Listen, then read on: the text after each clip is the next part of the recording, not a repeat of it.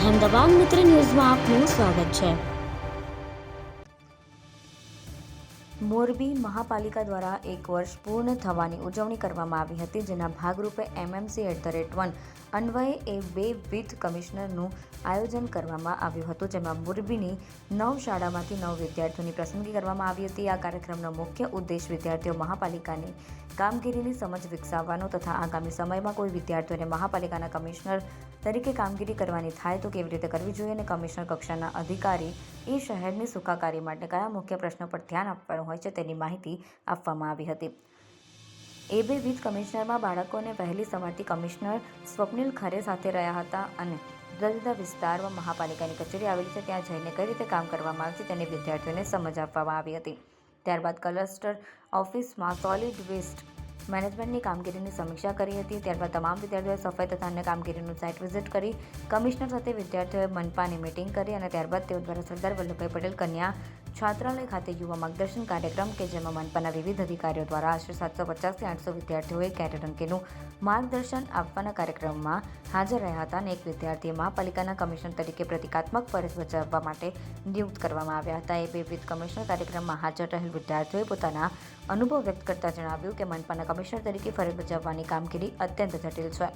મહાપાલિકા સતત લોકો માટે દિવસ રાત પ્રયત્નો કરી લોકોની સુખાકારી જાળવવા માટે કામગીરી કરે છે। આ કામગીરીની સમગ્ર સમીક્ષા કરતાં કહી શકાય કે મનપાની વિસ્તૃત કામગીરી રહે છે, જેમાં જુદા જુદા વિભાગો હોય છે। તમામ વિભાગ દ્વારા અલગ અલગ ટાસ્ક એચીવ કરવાના થતા હોય છે, જેનું સંપૂર્ણપણે નિરીક્ષણ કમિશનર દ્વારા કરવામાં આવતું હોય છે।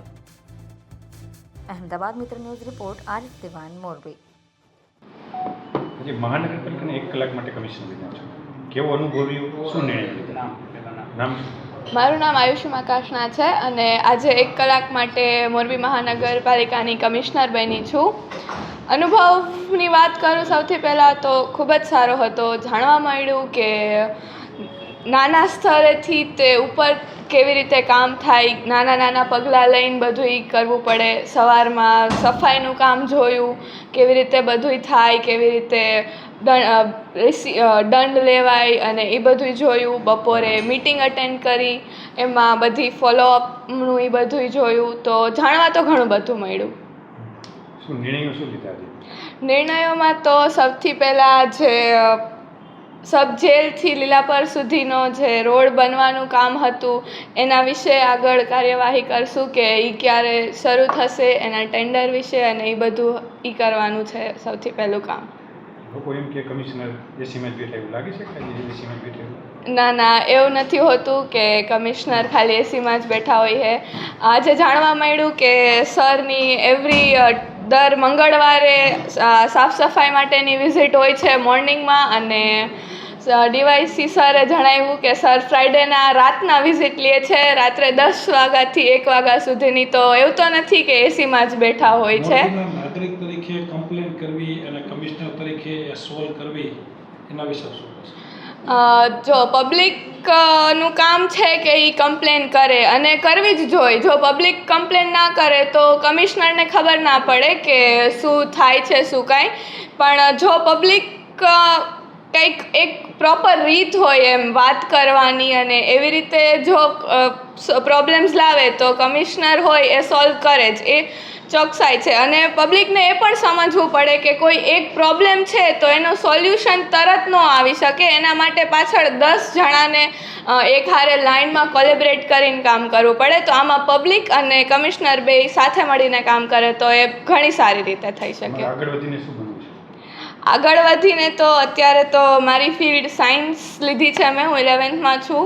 આગળ જતાં મારે સાયન્સમાં જ કંઈક કરવાનો વિચાર છે, બટ હું ટ્રાય કરીશ જરૂરથી કે જો ક્યાંક મને એવી ઓપોર્ચ્યુનિટી મળી અને જો મને એવું લાગે, મારા પેરેન્ટ્સને એવું લાગે કે મારામાં પોટેન્શિયલ છે તો ડેફિનેટલી હું કંઈક સારી ફિલ્ડ જોઈન કરીશ કે જેનાથી ઓલ ઓવર કન્ટ્રીનું, ઓલ ઓવર વર્લ્ડનું સારું થાય। આજે જે કમિશનર બને એવું લાગે, કમિશનર બનવું જોઈએ એવું તમને લાગે? કમિશનર બની કે આઈએસ બની?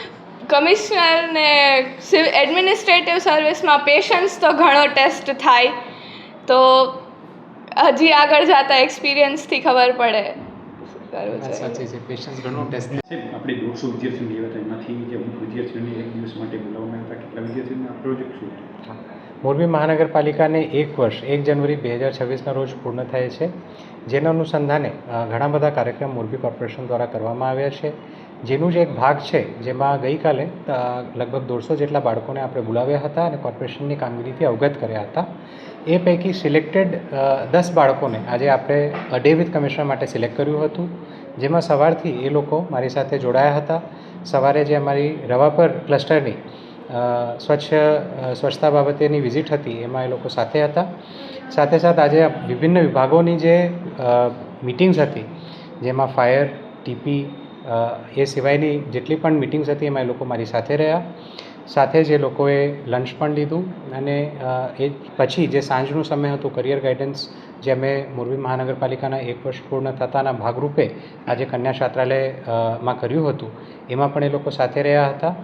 આ 10 સ્ટુડન્ટ્સ પૈકી એક સ્ટુડન્ટ શ્રી આયુષીને આજે અમે કમિશનર ફોર 1 hour તરીકે સિલેક્ટ કર્યું છે અને આજે 5 અને 20થી લઈને 6 અને 20 સુધી મોરબી મહાનગરપાલિકાના કમિશનર તરીકે ફરજ બજાવી રહ્યા છે અને ઓલરેડી એમના દ્વારા જે સબજેલથી લીલાપર રોડ છે એની કામગીરી બાબતે આદેશ આપવાનું શરૂ કરી દીધું છે.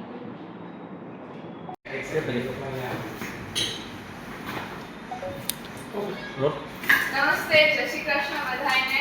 મારું નામ આયુષી મકાશના છે. આઈ એમ ફ્રોમ નાલંદા વિદ્યાલય. હું રવાપરના એરિયામાં રહું છું અને આજે 1 ડે વિથ કમિશનર પ્રોગ્રામનો પાર્ટ હતી એન્ડ બાય માય લક અને સરના અને બધા જ સરના એમના હેલ્પથી સરે મને 1 hour માટે કમિશનર બનાવી છે. મતલબ બહુ વધારે મોટી ઓપોર્ચ્યુનિટી કહેવાય અમારા માટે કે 1 ડે એઝ અ કમિશનર સરે આટલી બધી મહેનત કરી એના પછી સર આયા પહોંચ્યા અને એમની જોડે 1 કલાક માટે પ્લેસ શેર કરવાનો મોકો મળ્યો જ બહુ મોટી વાત છે. એમના નોલેજનું થોડીક હિન્ટ અમને મળી, બહુ મોટી વાત છે. ઘણું ઇન્સ્પાયરિંગ હતું કે અમે આખો દિવસ એમની જોડે રહ્યા. સૌથી પહેલાં તો અમે ફિલ્ડ વિઝિટથી સ્ટાર્ટ કર્યું, જેમાં અમે ક્લસ્ટર 10 રવાપર ગામ ગયા. ત્યાં સૌથી પહેલાં સોલિડ વેસ્ટ મેનેજમેન્ટ જે ડોર ટુ ડોર હોય અને ડિસ્પોઝલ થાય અને એ બધું થાય, એમાં ફર્સ્ટ ઓફ ઓલ સૌથી પહેલાં અમે બધું જોયું કે બધા કર્મચારી ટાઈમે આવે છે કે નહીં. અમે અમુક કર્મચારી જોડે વાત પણ કરી કે એમને બધી વસ્તુ મળી રહે છે કે જે ડસ્ટર્સ ને બ્રૂમ્સ ને બધું સામેની નહીં મળી જાય છે, કાર્ડ્સ મળી જાય છે, પછી કચરો નાખવા માટે ગાડી ટાઈમે આવે છે કે નહીં. પછી ડોર ટુ ડોર અમે લોકો ઘરે બધાના ગયા, એમને પૂછ્યું કે તમારા એરિયામાં ટ્રક આવે છે કે નહીં ગાર્બેજ કલેક્શન માટે અને બધાનો રિસ્પોન્સ પોઝિટિવ હતો કે રેગ્યુલર ટાઈમે ગાડી આવી જાય છે અને કચરો એમાં ડિસ્પોઝ કરવામાં આવે છે. અને પછી જીવીપીસ જેને ગાર્બેજ વલ્નરેબલ પોઈન્ટ્સ કહેવાય, બેઝિકલી એવા પોઈન્ટ્સ હોય જ્યાં નિયરબાય લોકેલિટીઝમાં કચરો એકત્ર થઈ જતો હોય ગમે એ રીઝનથી કે પબ્લિકને વેન્સનો ટાઈમ કે ટ્રકનો ટાઈમ કન્વિનિયન્ટ ન હોય કે પછી સમટાઈમ્સ સિવિક સેન્સના લીધે એવું થતું હોય. તો અમે જોયું કે એવા 2 જે જીવીપીસ હતા એ એલિમિનેટ થઈ ગયા છે. લાસ્ટ 1 યરમાં વર્ક કરીને અહીંયા એકદમ ક્લીન થઈ ગયું. એક પ્લેસ તો મતલબ લાગે જ નહીં કે ત્યાં પહેલા જીવીપી હતું. તો મોર્નિંગમાં આવી રીતે અમે બધી ફિલ્ડ વિઝિટ કરી, પછી જોયું કે જ્યાં દબાણ થઈ ગયું હોય ત્યાં એ લોકોને ફાઇન્સ પણ કરવામાં આવે અને એ ઓનલાઈન POS થી ફાઇન્સ લેવામાં આવે ડાયરેક્ટલી. સો એવી રીતે મોર્નિંગમાં ફિલ્ડ વિઝિટ કમ્પ્લીટ કરી, પછી બ્રેકફાસ્ટ કમ્પ્લીટ કરીને અમે સર હારે મીટિંગમાં બેઠા. અમે જોયું કે સર કેવી રીતે બધી વસ્તુનું ફોલોઅપ લે, એવરીથિંગ એક લિસ્ટ બનાવીને કરે, એકદમ સિસ્ટમેટિક વસ્તુ જેના માટે બહુ બધો પેશન્સ જોઈએ કે એક વસ્તુ જોવી પડે કે કયા પર્સપેક્ટિવથી ક્યારેક આપણું પર્સપેક્ટિવ જોવું પડે, ક્યારેક કોમન પબ્લિકનું જોવું પડે, ક્યારેક જ્યારે આપણી સાથે જે કલીગ્સ વર્ક કરતા હોય એમનું પણ પર્સપેક્ટિવ જોવું પડે. તો ઇટ ઇઝ મતલબ બહુ અઘરું કામ છે. ઘણી તમારું પેશન્સ એવરી મોમેન્ટે તમારું પેશન્સ ટેસ્ટ કરે એમ કે ક્યારે કોઈને કેવી રીતે જવાબ આપવો એવી રીતે. સરે ઘણા બધા ફોલોઅપ્સ લીધા. અમે ત્યાં જ હતા અને ખબર નહીં મને લિટરલી ટેકનિકલી તો કંઈ સમજાતું નહોતું એવું બધું કે શું છે, બટ મજા આવતી હતી એમ જોઈને કે જે સ્ટેપ બાય સ્ટેપ